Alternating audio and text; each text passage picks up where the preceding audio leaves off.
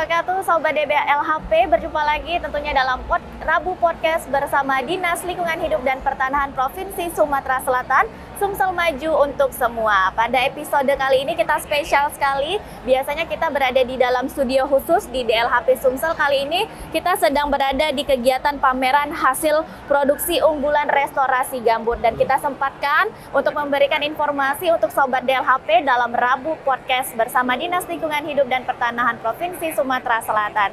Saat ini kita sudah hadirkan ketiga narasumber kita. Yang pertama ada Bapak Insinyur C. Nugroho Sulistyo Priyono MSc, Kapokja Pengembangan Usaha Masyarakat BRGM RI. Selamat siang Bapak, apa kabarnya? Baik. Alhamdulillah sehat selalu. Dan juga narasumber kita yang kedua ada Ibu Arnita Dewi Nurasri, co-founder Yayasan Agri Muda Swasembada. Selamat siang Mbak, apa kabarnya? Baik Mbak, Alhamdulillah. Alhamdulillah sehat selalu. Dan juga narasumber kita yang ketiga ada Bapak Faisal SSI, Wakil Koordinator 4 Bidang Pemberdayaan Masyarakat TRGD Sumsel. Selamat siang Bapak, apa kabarnya? Selamat siang, Mbak. Baik, tentunya dalam pameran ini kita juga spesial sesuai dengan tema pameran. Kita akan membahas mengenai pulihkan gambut, tingkatkan kesejahteraan. Baik, yang pertama mungkin saya ingin bertanya dengan Bapak Nugroho terlebih dahulu sebagai Kapokja Pengembangan Usaha Masyarakat. Ini kegiatan-kegiatan apa saja Pak yang dilakukan dari Kapokjanya sendiri? Baik, terima kasih. Sebelum kita sampai ke pengembangan masyarakat dan kegiatan-kegiatannya, saya akan mulai start dari kenapa kita butuh pengembangan masyarakat. Ya, dalam titik tolaknya restorasi gambut. Baik. Pulihkan gambut tadi temanya kan.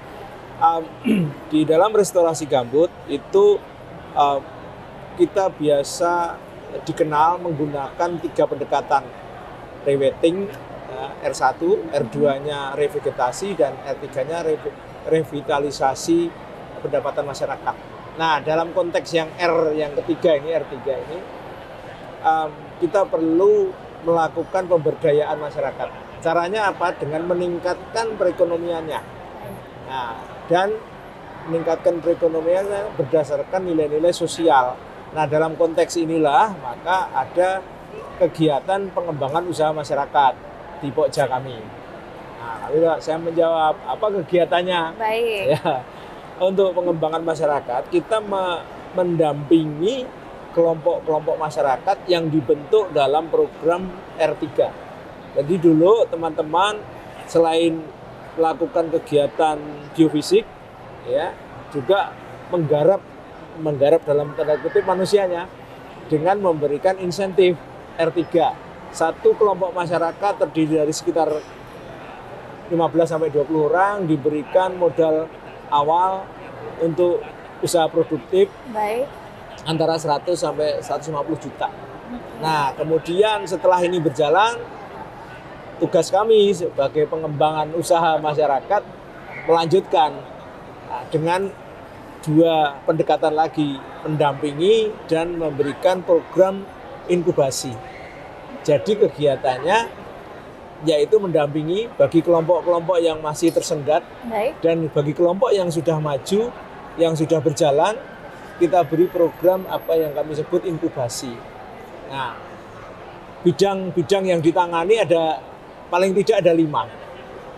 Bidang pertanian, perikanan, peternakan.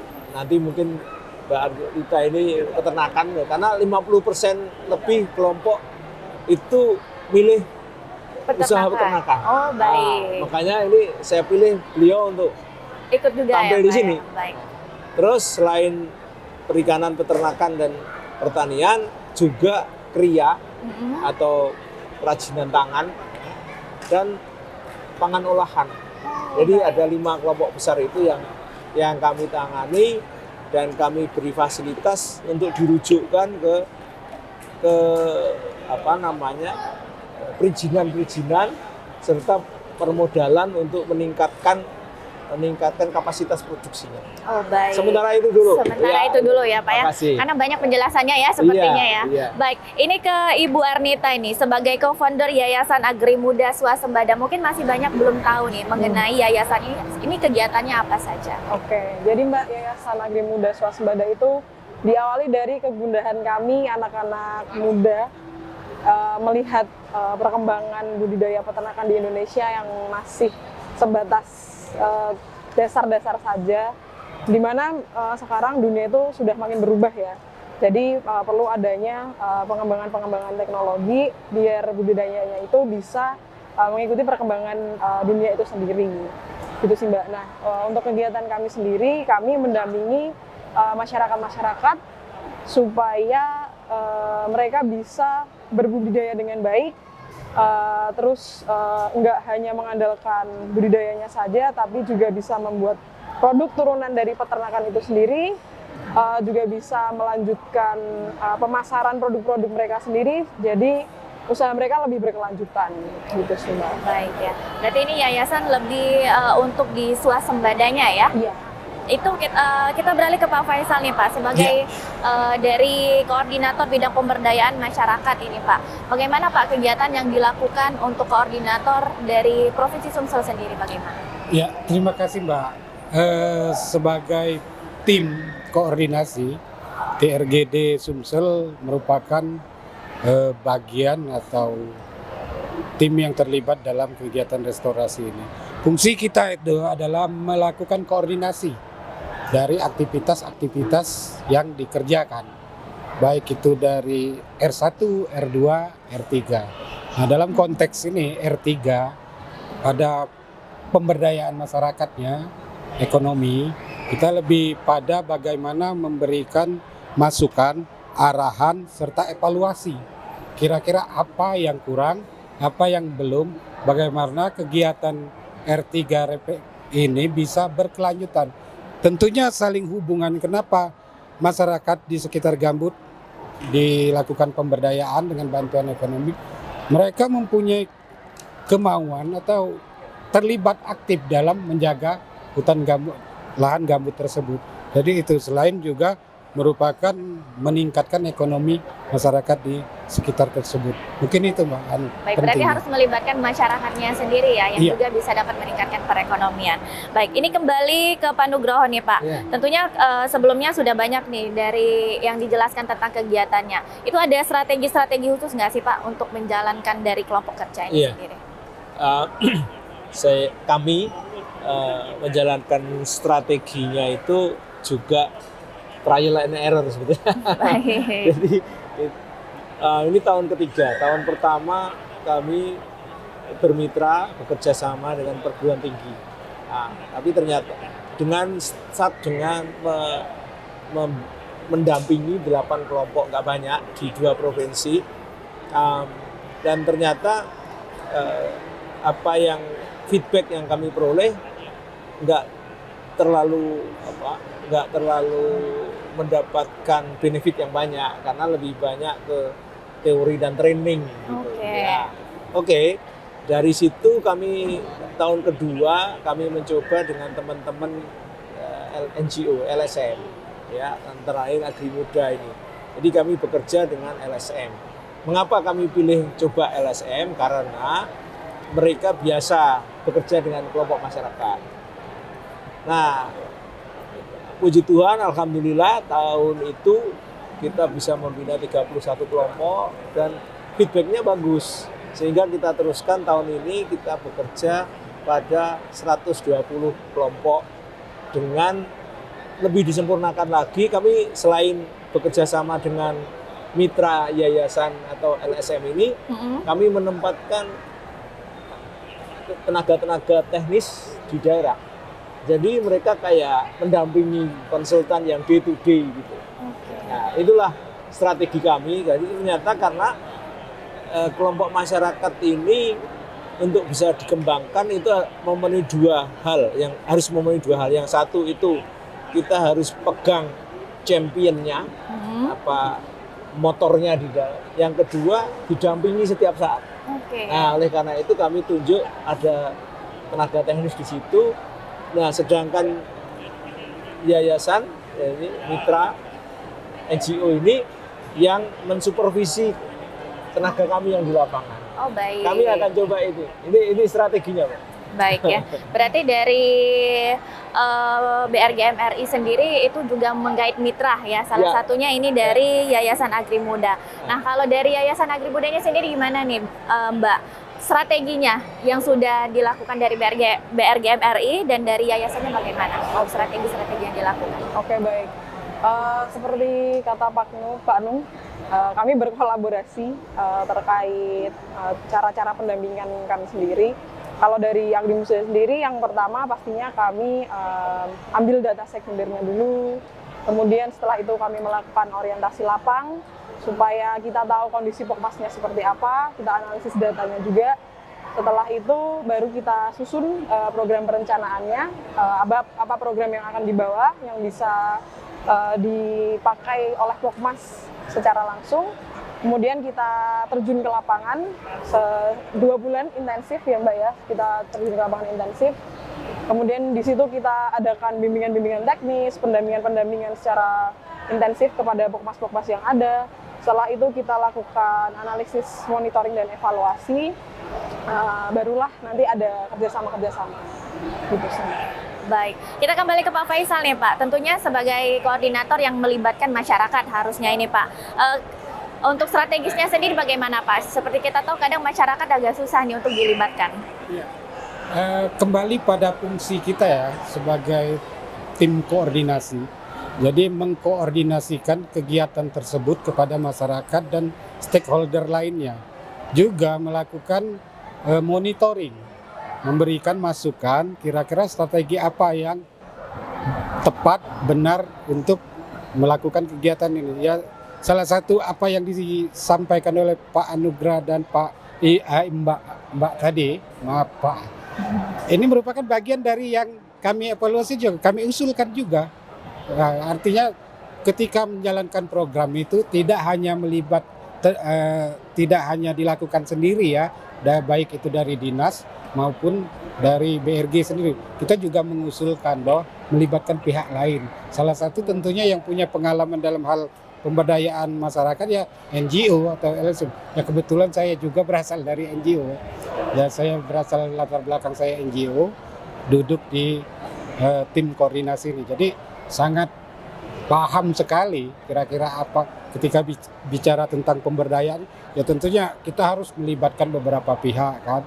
Ini menyangkut bagaimana pelaksanaannya, persoalan-persoalan di lapangan, kemudian pemecahan-pemecahan hal-hal baru, terobosan-terobosan. Biasanya teman-teman di NGO itu sangat kreatif juga karena mempunyai hubungan dan jaringan bermacam-macam yang luas kan. Tentunya itu akan dipraktekkannya di kegiatan restorasi.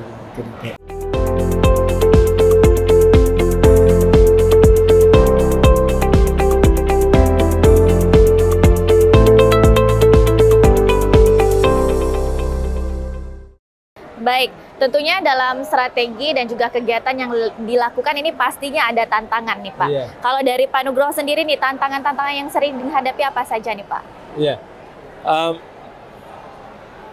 Tantangannya cukup berat ya. Baik, bagaimana beratnya?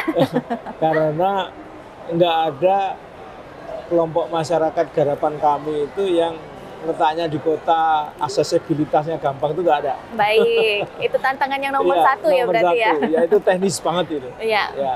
Tetapi dalam konteks substansinya, mereka itu sebetulnya nggak siap untuk melakukan usaha produktif. Oke. Jadi mereka menerima atau mengusulkan kegiatan itu lebih pada bagaimana akan menggunakan bantuan atau dukungan dana itu untuk insentif.